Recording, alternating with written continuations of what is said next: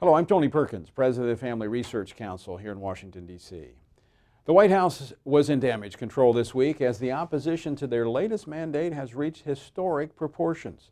Religious leaders have said if all else fails, they would go to jail rather than comply with the Obama administration's mandate that religious organizations provide contraceptive, abortifacent drugs, and sterilization as a part of the health care coverage.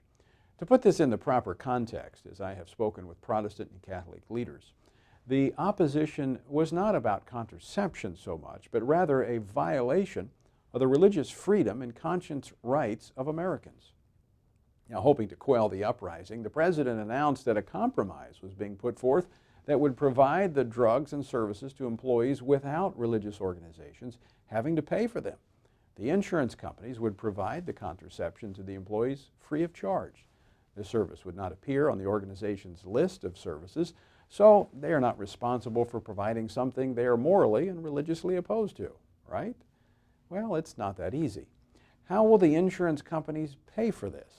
The administration says it's good for business because it saves the insurance companies money in the long run because they don't have to pay for the cost of pregnancies.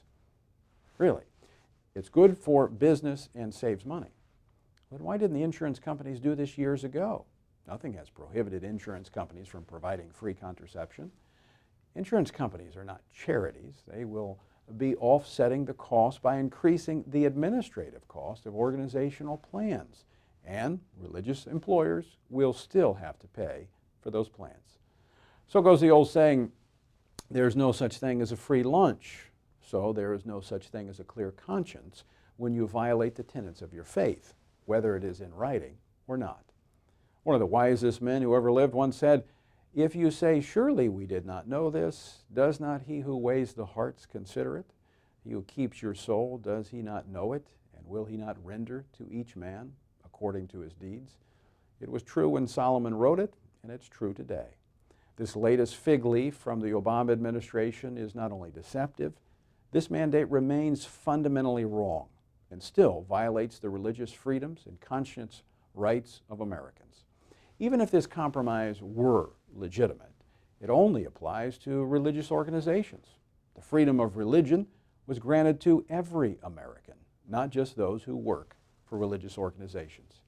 This is yet another example of President Obama's flawed view of our rights as Americans.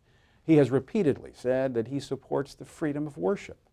Freedom of worship is what happens within the four walls of a church or possibly under the roof of your own home.